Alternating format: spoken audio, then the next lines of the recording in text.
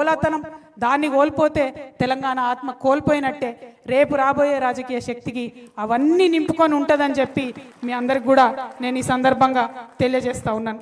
అదేవిధంగా ఇంకొక మాట చెప్పాలి. నేను ఆనాడు మీ అందరికీ తెలుసు,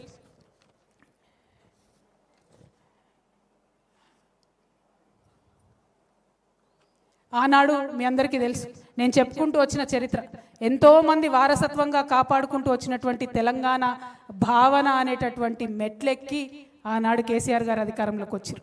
ఇలా రేవంత్ రెడ్డి గారు ఏం చేశారు?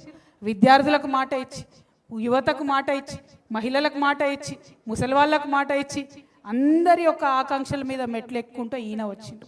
రేవంత్ రెడ్డి గారికి మేము హెచ్చరిక చేస్తూ ఉన్నాం, ఉద్యమకారులందరి దగ్గర నుంచి.